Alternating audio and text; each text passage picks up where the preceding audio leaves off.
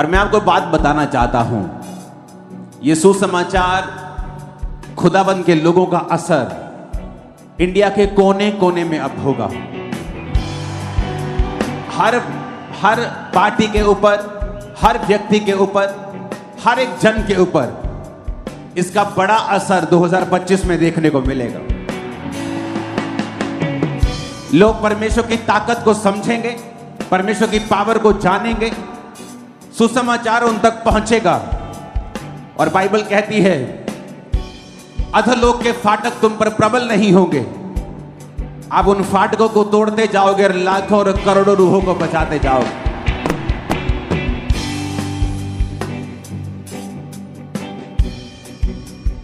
2025 में, क्योंकि आप इस दर्शन का हिस्सा हैं, इसलिए मैं आपसे बात कर रहा हूं। जहां सुसमाचार नहीं पहुंचा, 2025 में अब वहां पहुंचेगा इस चर्च के द्वारा। और जब नई जगहों के ऊपर सुसमाचार पहुंचेगा, आपकी बरकतें भी नई होंगी और खुदावंद नई बरकतें आपकी लाइफ के ऊपर रिलीज करेगा। आप तैयार हैं 2025 के लिए? तैयार हैं खुदावंद से बरकतों को लेने के लिए?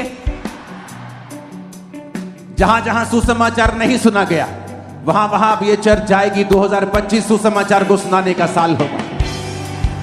आज अगर दुनिया में 400 करोड़ लोग परमेश्वर को मानते हैं, आज मैं आपको बता रहा हूं स्पिरिट के द्वारा, कम से कम 1 करोड़ लोग आज परमेश्वर को ग्रहण करेंगे पूरी दुनिया में। 1 करोड़ लोग पूरी दुनिया में नए आज परमेश्वर में आएंगे, खुदा को अपना उद्धार करता वो ग्रहण करेंगे और ये जान लेंगे कि यीशु मसीह धर्म और जात को बदलने के लिए नहीं आया, वो जीवन को बदलने के लिए आया। जिस तरह आपकी जिंदगी आज बदलने जा रही है यीशु मसीह के नाम में, आमीन खड़कने वाला चाहिए चर्च। और मैं आपको बता देना चाहता हूं, 2 तरह के लोग होते हैं हमारे बीच में। दोनों चर्च में बैठे हैं, दोनों यीशु यीशु कर रहे हैं, लेकिन एक वो है जो आत्मा की बात को सुन के, शरीर की क्रियाओं को मार के परमेश्वर के पीछे चल पड़ा है। उन लोगों के लिए मैं भविष्यवाणी कर रहा हूं। यह भविष्यवाणी कोई गेम नहीं है कि तुम सब नाम वाले आशीषित हो जाओगे चाहे वो दारू पीता हो। मैं आपको बता रहा हूं, खुदाबंद के पीछे जो चलने वाले लोग हैं, मैं आपको लिख कर प्रोफेसी करता हूं, लिख के डाल दो इंटरनेट के ऊपर। इस साल जो आने वाला समय है, आज से शुरू हो जाएगा। आप अपनी लाइफ में बेस्ट रिसीव करेंगे इन जीसस नेम। मैंने कहा आप बेस्ट रिसीव करेंगे। आमीन। ऊंचाई आशीष आपकी है। Hallelujah, hallelujah. जो खुदाबंद का सुसमाचार होगा, चाहे उसका जितना मर्जी विरोध हो, लेकिन आप देखोगे 2025 में ये गली गली तक पहुंचेगा, मोहल्ले मोहल्ले तक पहुंचेगा। आप सच्चाई को छुपा नहीं पाएंगे, सच्चाई को रोक नहीं पाएंगे। आमीन। ऊंचाई आशीष हमारी है। सूर्य के सामने काला कपड़ा रखने से सूर्य छुपता नहीं है। अब सूर्य के सामने लाल कपड़ा, काला कपड़ा ढक देंगे, उसको बड़ा कपड़ा रख देंगे तो उसकी ज्योति कम होने वाली नहीं है। ये अनॉइंटिंग जो खुदावंद ने अपने लोगों को दी है, जो चर्च को दी है, इसके कारण हर एक गली, हर एक मोहल्ला, हर एक नगर, हर एक देश परमेश्वर के वचन को जानने वाला है 2025 में। खड़काने वाला आमीन सुनाओ जरा परमेश्वर के नाम में। Hallelujah, hallelujah. आज जो प्ले आपने देखा, आत्मा से भर गया मैं उस प्ले को देखकर। जो सॉन्ग्स आपने सुने, जो डांस आपने किया, वो आनंद आपको छोड़ के जाने वाला नहीं है। मैंने कहा वो आनंद आपको छोड़ के जाने वाला नहीं है। अपने हाथों को उठाओ, थैंक यू जीसस बोलते हुए, ऊंची आवाज में थैंक यू जीसस बोलते हुए। खुदा बाप, तेरे लोग आज सेम न रहे, हजारों हजार आज बपतिस्मा लें इस चर्च के अंदर। यीशु को अपना उद्धार करता ग्रहण करें। यीशु मसीह के सामर्थी नाम में हम ऊंची आवाज में आमीन बोलते हुए मांगते हैं। मैंने कहा ऊंची आवाज में आमीन बोलते हुए मांगते हैं। Hallelujah, hallelujah. अपने घुटनों के बाहर आ जाओ और खुदा से कहो, खुदावन तूने कहा अपने नबी के द्वारा कि ये लोग देखते हुए भी अंधे हैं। बोलो खुदा बाप, मैं देखता हुआ अंधा ना बनूं। जो कुछ मैं आज देखूं सुनूं, मैं उसे ग्रहण करूं। आज जो वचन मैं सुनने जा रहा हूं मेरी जिंदगी में ये 100 गुना फलों को लेके आएगा, क्योंकि मैं इस पे चलूंगा, मैं इस पे चलूंगी। बहने बोले ऊंची आवाज में, प्रभु यीशु मसीह के सामर्थी नाम में हम मांगते हैं। जितनी ताकत है हाथों में तारीफ कर दो एक बार। जितनी ताकत है हाथों में तारीफ कर दो।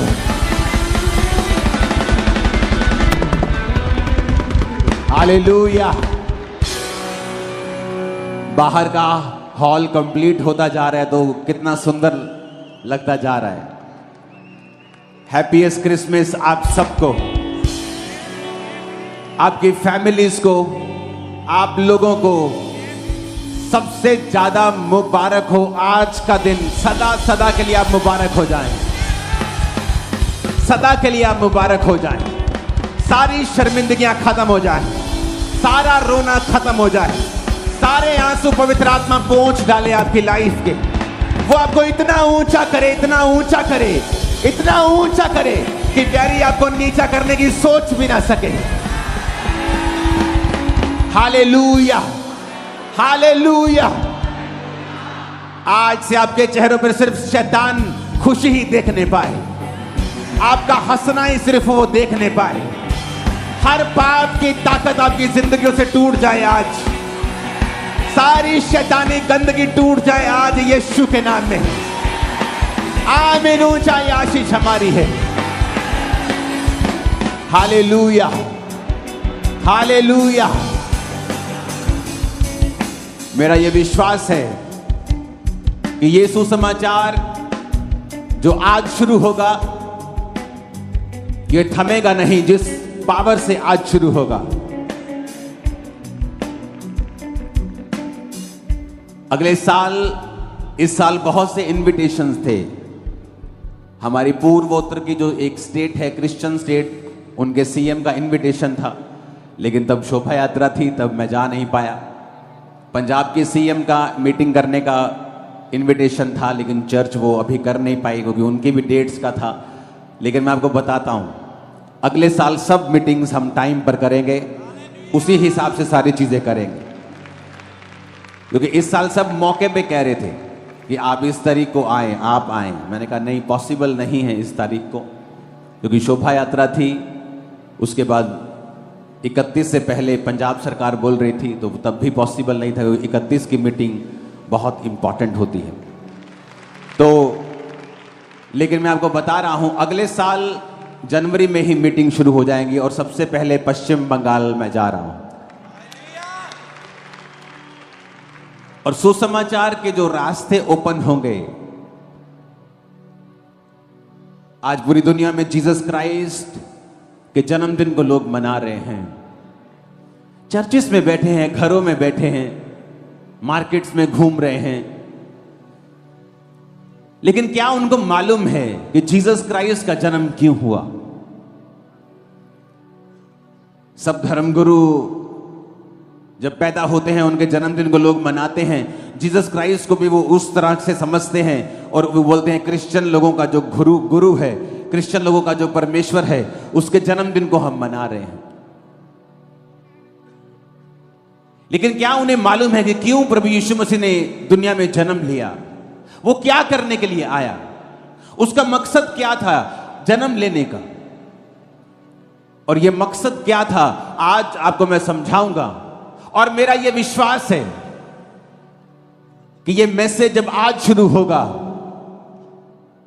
ये इस इंडिया के कोने कोने और दुनिया के कोने कोने में 2025 में जाएगा और हजारों, लाखों और करोड़ों लोग परमेश्वर को ग्रहण करेंगे। यशाया 9 उसकी 1 से 7 आयत में लिखा है, तो भी संकट भरा अंधकार जाता रहेगा। पहले तो उसने जबलून और नप्ताली के देशों का अपमान किया, परंतु अंतिम दिनों में ताल की ओर से यरदन के पार की अन्य जाति के गलील को वो महिमा देगा। जो लोग अंधियारे में चल रहे थे उन्होंने बड़ा उजियाला देखा। जो लोग घोर अंधकार से भरे हुए मृत्यु के देश में रहते थे उन पर ज्योति चमकी। तूने जाति को बढ़ाया, तूने उनको बहुत आनंद दिया। जीसस क्राइस्ट ने कहा, तो भी संकट भरा अंधकार जाता रहेगा। यह किसी देश की बात नहीं कर रहा। हां, इस वचन में वो एक देश की बात कर रहा है, क्योंकि वचन कहता है परमेश्वर का जब सुसमाचार शुरू हुआ तो जबलून और नप्ताली के देश से हुआ। वचन कहता है उस देश का बहुत अपमान हुआ था, उस देश का बहुत निरादर हुआ था, क्योंकि जब आप परमेश्वर से दूर चले जाते हैं आपका निरादर होता है। लोग बोलते हैं मेरा पति मेरा निरादर करता है बहुत, मेरा पति मेरी इज्जत नहीं करता, मेरी पत्नी मेरे बच्चे मेरी इज्जत नहीं करते, वो मेरा निरादर करते हैं, मेरा समाज मुझे इज्जत नहीं देता, वो मेरा निरादर करता है। आज समाज में निरादर होता है, तू छोटी जाति का है, तू बड़ी जाति का है, लेकिन जब कोई चर्च में आता है, वचन को सुनता है, परमेश्वर को ग्रहण करता है, आज हम सब जातियां एक तरह से एक ही छत के नीचे बिना भेदभाव के बैठी हैं। आपका आदर परमेश्वर कर रहा है। परमेश्वर ने कहा तो भी संकट भरा अंधकार जाता रहेगा। पहले तो उसने जबनूल और नप्ताली के देशों का अपमान किया, परंतु अंतिम दिनों में वो अन्य जाति को गलील को महिमा देगा।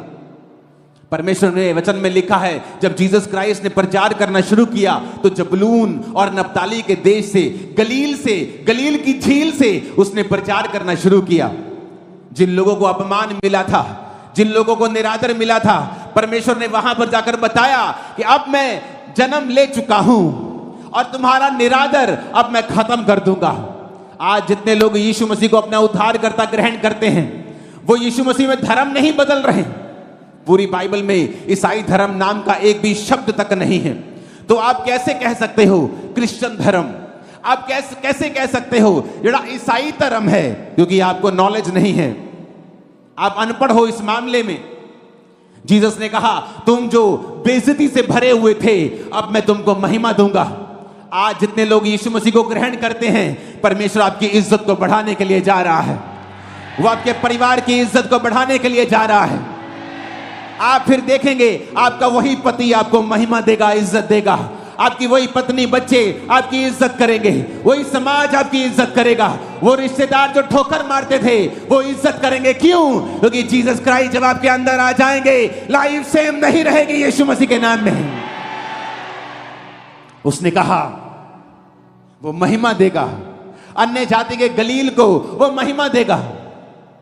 लोग बोलते जीसस क्राइस्ट धर्म को, एक क्रिश्चियन धर्म के संस्थापक हैं जीसस क्राइस्ट। बाइबल कहती है वो महिमा देने के लिए आया। औरत को उसने महिमा दी क्योंकि औरत ने पाप किया, आदम को भरमा दिया, औरत श्रापित हुई, औरत कुचली गई। जीसस क्राइस्ट ने औरत के थ्रू जन्म लिया। औरतों ने ही जीसस क्राइस्ट का सबसे पहले प्रचार किया। यीशु मसीह ने अपनी सेवकाई में बहुत सी औरतों को इस्तेमाल किया। वो किस तरह से पैसों के साथ परमेश्वर के साथ रहती थी और खुदाबंद के सारे खर्चों को उठाती थी। जिस औरत को शैतान ने नीचा किया उसी औरत को परमेश्वर ने ऊंचा किया। इसलिए वो कहता है मैं तेरी इज्जत को बढ़ाने के लिए आया हूं। जब आप जीसस क्राइस्ट को अपना उद्धारकर्ता ग्रहण करते हैं, इसलिए मैं कहता हूं अगर आप धर्म का चश्मा लगाकर यहां पर आए हैं तो आप यीशु मसीह के वचनों को ग्रहण नहीं कर पाएंगे। अगर आप अपने पास्ट को साथ लेके आए हैं कि मैं तो उस धर्म का हूं, मैंने ये नाम लिया हुआ है, फिर आप यीशु मसीह के वचन को आप इस ग्रहण नहीं कर पाएंगे। जो फायदा आपका होना चाहिए वो नहीं हो पाएगा, क्योंकि आप इस दुनिया के संसार की चलाए चल रहे हैं। वचन कहता है जो लोग अंधियारे में चल रहे थे उन्होंने बड़ा उजाला देखा। जो घोर अंधकार से भरे हुए मृत्यु के देश में रहते थे उन पर ज्योति चमकी। आज लोग मृत्यु के साए में रहते हैं। हर घर में कैंसर का आत्मा काम कर रहा है, हर घर में बीमारियां हैं। मृत्यु के देश में रहने का मतलब यह नहीं कि सब मर रहे हैं। किसी का बिजनेस मरा, किसी की फैमिली मरी, कोई अंदर से मरा, कोई बाहर से मरा हुआ है, लेकिन यीशु मसीह ने कहा जो लोग घोर अंधकार से भरे हुए मृत्यु के देश में रहते थे उन पर ज्योति चमकी। परमेश्वर ने उनको जीवन दिया। प्रभु यीशु मसीह जब सुसमाचार सुना रहे थे तो वचन कहता है एक नाइन नामक नगर से एक लौते विधवा के पुत्र को लोग ला रहे थे अर्थी के ऊपर ला रहे थे। तो सब लोग रो रहे थे कि एक ही विधवा का बेटा था, खुद विधवा थी, एक लौता पुत्र मर गया और सब रो रहे थे। और वचन कहता जब जीसस क्राइस्ट ने उनको देखा तो जीसस ने देखा मैं आ चुका हूं, अगर मैं तुम्हारे जीवन में हूं तो तुम्हारे जीवन में मृत्यु नहीं रह सकती। बाइबल कहती वो तरस से भर गया और जाकर उस मुर्दा देह को छुआ और उसका बेटा उठ गया। मैं आपको बता रहा हूं आज बहुत से मुर्दे उठ खड़े होने वाले हैं। आपके मुर्दा बिजनेस उठ खड़े होने वाले हैं, मुर्दा परिवार उठ खड़े होने वाले हैं। आज जीसस के जी उठने की सामर्थ आपकी लाइफ में काम करने वाली है। आमीन खड़कने वाला चाहिए चर्च। वचन कहता है तूने जाति को बढ़ाया, तूने उसको बहुत आनंद दिया। वे तेरे सामने कटनी के समय का सा आनंद करते हैं। वे ऐसे मगन हैं जैसे लोग लूट बांटने के समय मगन रहते हैं। अगर आपने कल की मीटिंग, कल शाम की सेलिब्रेशन जो लोग अपने आप कर रहे थे, आज सुबह की सेलिब्रेशन देखी होगी जो लोग कर रहे थे, अगर आपने उन लोगों के आनंद को अगर आपने देखा होगा, आज सुबह के वो सब, कल शाम के वो सब जो नाच रहे थे, आज सुबह, कल शाम, कल रात, आपने वो आनंद जो यहां थे उन्होंने देखा था। आज सुबह आप नाचते हुए आ रहे थे, आनंद मनाते हुए आ रहे थे। ऐसा क्या हो गया? ऐसा आनंद आपने किसी धर्म में नहीं देखा होगा, कहीं नहीं देखा होगा। इतना आनंद क्या हो गया? क्या इन्होंने कोई नशा किया है? नहीं। पर वचन कहता है तूने उनको बहुत आनंद दिया। कहता वो कटनी का आनंद कर रहे हैं, जैसे कटनी नहीं होती और किसान आनंदित होता है क्योंकि उसको मालूम है जो आड़ती उसे पैसे लिए उसका कर्जा खत्म हो जाएगा। अब मेरे घर में बाथरूम बन जाएगा, मैं पैसों से अब नया घर बना लूंगा, 2 कमरे और डाल लूंगा, 4 खेत और 2 खेत और किराए पे ले लूंगा, 1 खेत अपना ले लूंगा। कहता कटनी पर आनंद होता है। कहता तूने अपने लोगों को कटनी का सा आनंद दिया है। अगर आप लोगों को देखें आनंद मनाते हुए, यहां पर लोग डांस कर रहे हैं मॉर्निंग से, कल रात से वो आशीष में नाच रहे हैं, झूम रहे हैं। क्यों? क्योंकि वचन कहता है उसने तुम्हें कटनी का सा आनंद दे दिया है, तुम ऑलरेडी ले चुके हो। कहता वो ऐसे मगन हैं जैसे लूट बांटने के समय लोग मगन होते हैं। किसी की लॉटरी लग जाए, देखते वो कैसे मगन होता है, वो कैसे आनंद मनाता है। वैसे ही आनंद आज क्रिश्चियन लोग कर रहे हैं, जो आत्मा से भरे हुए हैं। वैसा ही आनंद आज आप लोग कर रहे हैं। ये किसने दिया? परमेश्वर ने दिया। 2004 से मैं क्रिसमस मना रहा हूं, मैं वैसे ही आनंदित रहता हूं 2004 से ही। तब मैं चंगा नहीं हुआ था अभी, लेकिन फिर भी आनंदित था क्योंकि मेरे को मालूम था मैं ऐसे परमेश्वर के पास आ गया हूं जो मुझे चंगा कर सकता है। अगर मेरी बीमारियों से मुझे उसने आजाद कर दिया है, मेरे नशों से मुझे आजाद कर दिया है, उस नशे से कोई मुझे आजाद नहीं कर पाया। सुबह 12 बजे नशा छोड़ता था, नहीं करता था 12 बजे तक, तो फिर घूमता था। मैं आनंदित था 2004 में कि परमेश्वर ने मुझे आजाद किया। 5 में, 6 में, 7 में, आज 24 आ गया, 20 साल हो गए, मैं आनंद में झूम रहा हूं क्योंकि यह आनंद मुझे किसी इंसान ने नहीं, परमेश्वर ने दिया है। किसी इंसान ने दिया होता तो जब वो मुझसे नाराज होता मुझसे छीन लेता। ये तूने मुझे बर्थडे विश नहीं किया, दे मेरा आनंद, तो मेरे कहने पे आया नहीं, मेरा आनंद वापस कर दे। लेकिन बाइबल कहती है आनंद तुम्हें परमेश्वर ने दिया है, और यही आनंद वो देने के लिए इस पृथ्वी के ऊपर आया। मैं आपको बता सकता हूं आज लोग फेक लाइफ जीते हैं, खरबों रुपया होने के बावजूद भी वो खुश नहीं है, आनंदित नहीं है। लेकिन आज देखो आप आनंदित हो, मैं आनंदित हूं अपनी जिंदगी से। अब आप आनंदित हैं क्योंकि ये आनंद हमें परमेश्वर ने दिया है। उसने कहा तूने जाति को बढ़ाया, तूने उनको बहुत आनंद दिया है। 4 आयत में लिखा, क्योंकि तूने उनकी गर्दन पर के भारी जुए, उनके बहंगे के बांस और उन पर अंधेर करने वालों की लाठी और इन सबों को ऐसा तोड़ दिया है जैसे मिधानियों के दिन में किया था। क्योंकि युद्ध में लड़ने वाले सिपाहियों के जूते और लहू में लथड़े हुए कपड़े सब आग का कोर हो जाएंगे। 6 आयत में लिखा, क्योंकि हमारे लिए एक बालक उत्पन्न हुआ। खींच के हालेलुया बोलो जरा। हमें एक पुत्र दिया गया है। हालेलुया। प्रभुता उसके कांधे पर होगी। उसका नाम अद्भुत युक्ति करने वाला, पराक्रमी परमेश्वर, अनंत काल का पिता और शांति का राजकुमार रखा जाएगा। उसकी प्रभुता सर्वदा बढ़ती रहेगी। उसकी शांति का राज का अंत ना होगा। इसलिए वह उसको दाऊद की राजगद्दी पर इस समय से लेकर सर्वदा के लिए न्याय और धर्म के द्वारा स्थिर किए और संभाले रहेगा। सेनाओं के यहोवा की धुन के द्वारा यह हो जाएगा। ऊंची आवाज से बोलो हालेलुया। वचन में लिखा है, यशाया उसके 2 और उसकी 4 आयत में कहता है, वह जाति जाति का न्याय करेगा, देश देश के लोगों के झगड़ों को मिटाएगा। वे अपनी तलवारें पीट कर हल के फाल और अपने भालों को हंसियां बनाएंगे। तब एक जाति दूसरी जाति के विरुद्ध फिर तलवार ना चलाएगी, ना लोग भविष्य में युद्ध की विद्या सीखेंगे। कैसे ये दुनिया आज 400 करोड़ क्रिश्चियन लोगों से भरी हुई है, क्योंकि हमारा परमेश्वर यह सिखाता है कि तुम्हें तलवार चलाने की जरूरत नहीं है। कहता भविष्य में तुम तलवार की शिक्षा नहीं सीखोगे। आज कोई आपका विरोध करता है, चर्च कभी नहीं कहती तलवार ले जाओ और उन लोगों के खिलाफ खड़े हो जाओ। इसीलिए हम 400 करोड़ हैं, आज के बाद 401 करोड़ हो जाएंगे। कहता भविष्य में लोग युद्ध की विद्या नहीं सीखेंगे, आत्मा से भरे हुए मिलेंगे। Hallelujah, hallelujah. परमेश्वर का वचन कितना शानदार है, तसल्ली देने वाला है। उसने कहा तुम्हारी गर्दन पर के जुए को वो तोड़ डालेगा। अंधेर करने वाले की लाठी जो तुम पर शैतान की बचती थी दुखों की, वो तोड़ डालेगा।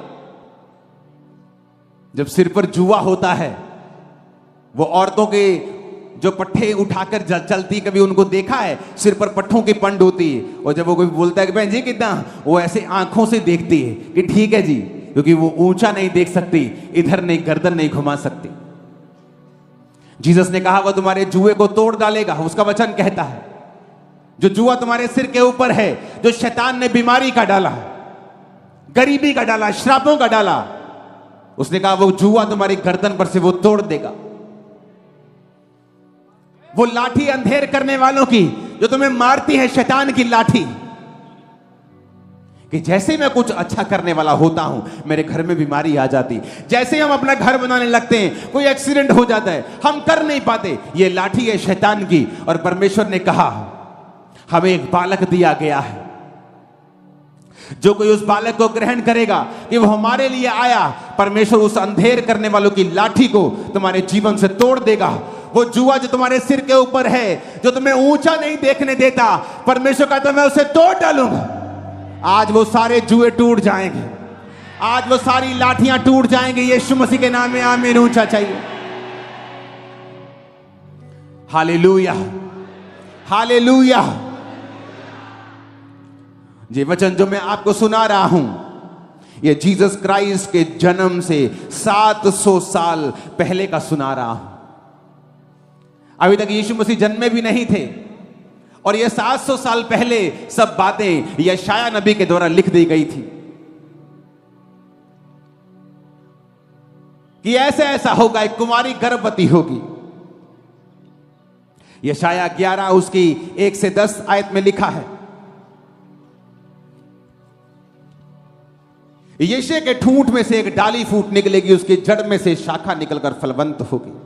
यहोवा का आत्मा बुद्धि समझ का आत्मा, युक्ति पराक्रम का आत्मा, ज्ञान और यहोवा के भय का आत्मा उस पर ठहरा रहेगा। किसकी बात वो कर रहा है? बोलो जीसस क्राइस्ट की बात हो रही है। यशायाह 7 उसकी 14 आयत में लिखा है, इस कारण प्रभु आप ही तुमको एक चिन्ह देगा, सुनो एक कुमारी गर्भवती होगी और पुत्र जनेगी और उसका नाम इमैनुअल रखेगी। जो लोग सवाल उठाते थे कि इमैनुअल ये कैसे हो सकता है, जीसस क्राइस्ट ये कुंवारी के पेट से, कोई कुंवारी कैसे गर्भवती हो सकती, बाइबल कहती है ये यीशु मसीह के जन्म के 700 साल पहले लिखा गया था कि यहोवा तुमको एक चिन्ह देगा कि जो दुनिया का उद्धार करता आएगा धरती के ऊपर, वो संपूर्ण मनुष्य होगा लेकिन आदमी के बीज से पैदा नहीं होगा। वो संपूर्ण मनुष्य भी होगा और संपूर्ण परमेश्वर भी होगा, लेकिन वो सिर्फ स्त्री के बीज से, स्त्री के वंश से पैदा होगा। इसीलिए परमेश्वर ने आदम और हवा को कहा था, हवा को बोला था कि सांप तेरी एड़ी को डसेगा। उसका वंश जब पैदा होगा वो उसकी एड़ी को, सिर्फ औरत के वंश के बारे में परमेश्वर ने बात की। जीसस के अंदर जो ब्लड था वो परमेश्वर का था, इंसान के बीज से वो पैदा नहीं हुए थे। और ये 700 साल पहले लिखा गया था कि देखो परमेश्वर तुमको एक निशानी देगा, एक कुंवारी गर्भवती होगी और पुत्र जनेगी। ऊंची आवाज से बोलो हालेलुया। और उसका नाम इमैनुअल रखेगी। एक कुंवारी गर्भवती होगी, उसका नाम इमैनुअल रखेगी। बुद्धि का आत्मा, समझ का आत्मा, पराक्रम का आत्मा, ज्ञान का आत्मा उसके ऊपर होगा। बाइबल यह भी कहती है यहोवा का भय जीसस क्राइस्ट को सुगंध सा भाएगा। वो यीशु मसीह परमेश्वर के भय में चलेगा, अपने लोगों के लिए जान देगा, मारा जाएगा, गाड़ा जाएगा और तीसरे दिन मुर्दों में से जी उठेगा। और बाइबल कहती है दुनिया की हर जाति, इस दुनिया की धरती की हर जाति, हर धर्म के लोग उसको फॉलो करें। एक बड़ी भीड़ उसको फॉलो करेगी। यीशु मसीह तुम्हारे लिए आए, मेरे लिए आए। दुखी रहने का कोई भी कारण अब नहीं है और सारे दुख आपकी लाइफ से आज यीशु मसीह की इस हजूरी में मैं श्रापित करता और निकालता हूं यीशु मसीह के नाम में। आमीन। ऊंचा ये आशीष हमारी है। Hallelujah, hallelujah. परमेश्वर ने कहा भविष्य में वो तलवार फिर नहीं सीखेंगे। आज लोग जब बोलते हैं ओए तुम इस समय क्रिसमस मना रहे हो, तुम्हें नहीं पता इस समय नहीं मनाना, हमारे धर्म में ये चल रहा है, वो तो ये बात हो गई कि किसी व्यक्ति के घर में कोई मर जाए और वो अपने पड़ोसी को जाके बोले कि तू शादी में क्यों डांस कर रहा है, मेरे घर में कोई मर गया, तू रो नहीं सकता। वो बोले भाई मेरे घर में शादी है, मैं कैसे रो सकता हूं। और कोई ऐसा कहे कि शादी वाली बारात किसी घर से करके सामने से निकल रही हो और उस घर में कोई मरा हुआ, वो आके बोले ए हमारे साथ डांस कर। बोलेगा भाई मैं तेरे साथ डांस नहीं कर सकता, मेरे घर में मौत हुई है। तो क्या भला है, रोने वाला अपना काम करे, वो रोता रहे, हंसने वाला हंसता रहे। उसके रोने का समय और है, इसका समय और है, तो दोनों अपना अपना काम करो। तो जीसस ने कहा भविष्य में तलवार की विद्या तुम नहीं सीखोगे। नहीं तो हम भी तलवार चलाते कि तू कैसे कह सकता है कि हम परमेश्वर के जन्मदिन को ना मनाएं जो हजारों सालों से दुनिया मनाती आ रही है। सबसे पुराना यहूदी धर्म है, तुम कैसे रोक सकते हो हमें। लेकिन जीसस ने कहा लोग तलवारों को पीट पीट कर उन्हें और यंत्र बना लेंगे क्योंकि उन्हें तलवारों की जरूरत नहीं पड़ेगी। आपके घर में शादी है, आपके घर में कोई मर जाए तो आप शादी वाले बंदे को रोक नहीं सकते कि हमारे घर में कोई मर गया तुझे रोना पड़ेगा। वो बोलेगा भाई तेरे घर में मरा तू रो, मेरे घर में मेरी बेटी की शादी तो मैं तो डांस करूंगा। हाँ, मुझे तेरे मरने का दुख है, लेकिन मैं अभी अपने घर में बिजी हूं। अगर वो सभ्य आदमी होगा सामने वाला तो बोलेगा ठीक है, सही बात है, तुम अपना करो, मैं अपना करता हूं। लेकिन अगर मूर्ख होगा वो बोलेगा नहीं। लेकिन जीसस ने क्या कहा? भविष्य में लोग युद्ध की विद्या नहीं सीखेंगे। वो आप लोगों को कह रहा है। इसलिए हम ये कहते हैं, जब लोग आपका विरोध करते हैं, कि डोंट वरी, जो लोग विरोध करते हैं वो भी चर्च में होंगे एक दिन। परमेश्वर के वचन को जान चुके होंगे, उसके प्रेम को समझेंगे कि प्रभु यीशु मारने काटने के लिए नहीं, वो जोड़ने के लिए, बचाने के लिए, तुम्हारे जीवन को जीवन देने के लिए वो आए हैं। आमीन, आमीन। यशाया उसकी 6 आयत को हम यशाया 11 उसकी 6 आयत को पढ़ेंगे। तब भेड़िया भेड़ के बच्चे के संग रहा करेगा, चीता बकरी के बच्चे के संग बैठा करेगा, बछड़ा और जवान सिंह और पाला पोसा हुआ बैल तीनों इकट्ठे रहेंगे और एक छोटा लड़का उनकी अगुवाई करेगा। सारे काम इम्पॉसिबल हैं। भेड़िया भेड़ के बच्चे के संग कहता कैसे बैठ सकता है? लेकिन बाइबल यह कहती है कि जो शाऊल था, पौलुस बन गया बाद में, वो एक भेड़िया था। कलीसिया को भेड़ की तरह, भेड़ के बच्चों की तरह वो काट रहा था, मार रहा था। लेकिन जीसस ने कहा अंत के दिनों में भेड़िया भेड़ के बच्चे के संग बैठा करेगा। जब परमेश्वर ने पौलुस के ऊपर, जो शाऊल था, अपना आप जाहिर किया, तो वही भेड़िया फिर भेड़ के बच्चों के संग बैठता और उनको प्रचार करता था। वही लोग जो आज आपका विरोध कर रहे हैं, आप ही के संग इसी चर्च में, दुनिया की हर चर्च में बैठे होंगे, आप ही के संग आराधना करते होंगे, परमेश्वर के नाम की महिमा कर रहे होंगे। Hallelujah, hallelujah. ये जीसस क्राइस्ट का सुसमाचार है। वो बंधनों को तोड़ने के लिए आया, अंधेर की लाठी को तोड़ने के लिए आया, बांस को कहता तोड़ने के लिए आया, तुम्हारे सिर के बोझ को, तुम्हारे जुए को वो तोड़ने के लिए आया, तुम्हें महिमा देने के लिए आया, तुम्हें आदर देने के लिए आया।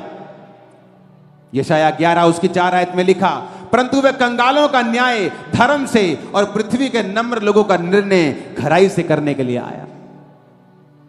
यीशु मसीह ने कहा कंगालों को सुसमाचार सुनाओ,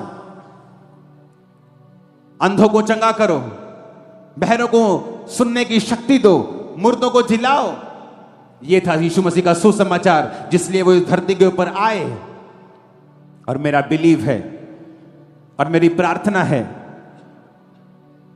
कि यीशु मसीह ने जो कुछ आपके लिए किया है, उसके सारे बेनिफिट, वो फाइनेंशियल हो, वो फिजिकल हो, वो स्पिरिचुअल हो, आप और आपका परिवार उनका फायदा ले सके। मेरी प्रार्थना है पूरा पूरा फायदा ले सके। मेरी प्रार्थना है, मैंने कहा पूरा पूरा फायदा ले सके। मेरी प्रार्थना है जीसस क्राइस्ट ने जो हमारे लिए किया है, आप उसका पूरा फायदा ले सकें। जब आपको मालूम हो जाएगा कि मुझे अब निराश रहने की जरूरत नहीं, मेरे जुए को उसने तोड़ दिया है, मुझे क्या करना है? सिर्फ जीसस क्राइस्ट के ऊपर बिलीव करना है, यीशु मसीह के ऊपर विश्वास करना है, उसे अपना उद्धारकर्ता ग्रहण करना है, बपतिस्मा लेना है। आज क्रिसमस पर बपतिस्मे होंगे, मैं आपको बैप्टाइज करूंगा यीशु मसीह के नाम में, और आप समझ जाएंगे इस वचन को, जो वचन बाइबल में लिखा है कि जो विश्वास करेगा और बपतिस्मा लेगा उसका उद्धार होगा। वो किस उद्धार की बात कर रहा है? क्योंकि इस दुनिया में जब आप उद्धार शब्द को सुनते हैं, आपको लगता है ये कोई स्पिरिचुअल बात हो रही है। लेकिन जीसस क्राइस्ट ने अगर आपके शरीर को बनाया है, तो वो सिर्फ आत्मा की बातें आपसे नहीं करता। पतरस ने कहा, परमेश्वर हम सब कुछ छोड़ के तेरे पीछे हो गए हैं।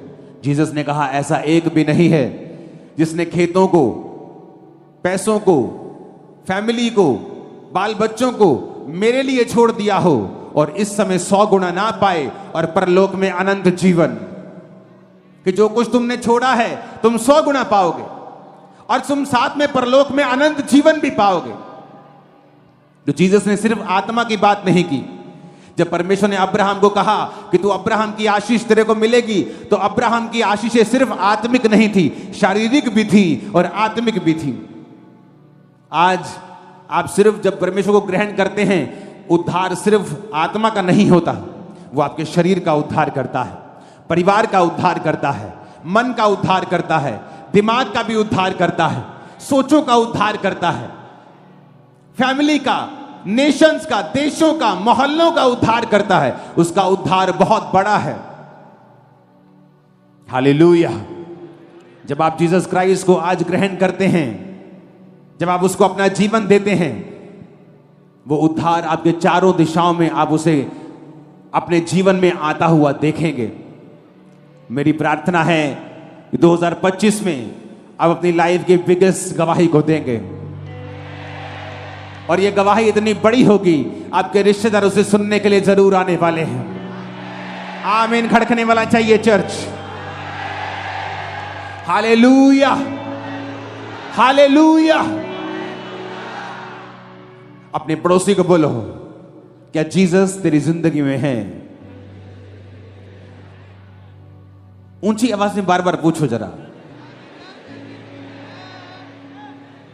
बोलो अगर नहीं है तो आज उसे ग्रहण कर ले और बपतिस्मा ले ले।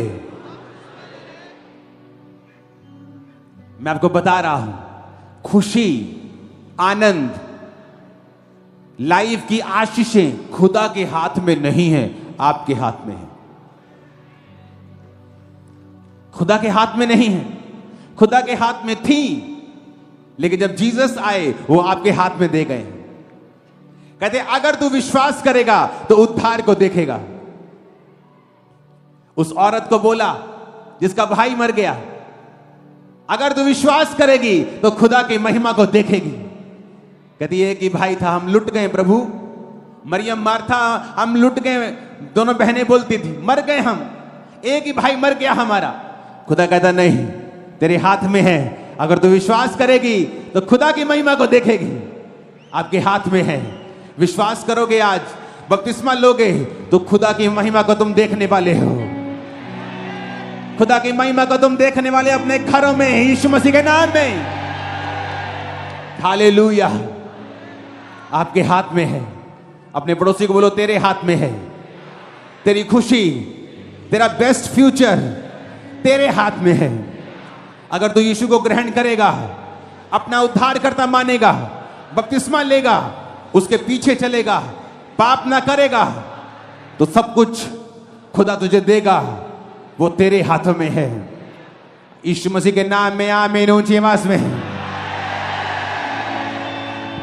7 बार आमीन बोलो, रिसीव कर लो सब बरकतों को यीशु के नाम।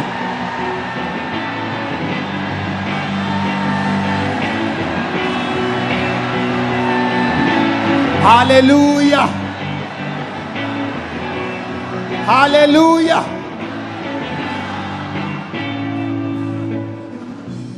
वो समाचार कि संकट भरा अंधकार जाता रहेगा, यही वचन अगर समझ आ जाए ना कि संकट भरा अंधकार जाता रहेगा, जब जीसस क्राइस्ट लाइफ में आएंगे तो जिंदगी सफल हो जाएगी। अगर एक लाइन बाइबल की समझ आ गई तो संकट भरा अंधकार जाता रहेगा। संकट क्योंकि फैमिली डेथ हो रही, संकट क्योंकि कर्जा बढ़ गया है, संकट क्योंकि कैंसर बढ़ रहा है, फैल रहा है। यीशु ने कहा संकट भरा अंधकार जाता रहेगा, वो जाता रहेगा। आज लंगड़े चलेंगे और अंधे देखेंगे और कोढ़ी शुद्ध होंगे, और बीमारियां जाती रहेंगी और व्हीलचेयर के रोगी आजाद होकर यहां से वापस जाएं। क्योंकि संकट भरा अंधकार वचन कहता है जाता रहेगा।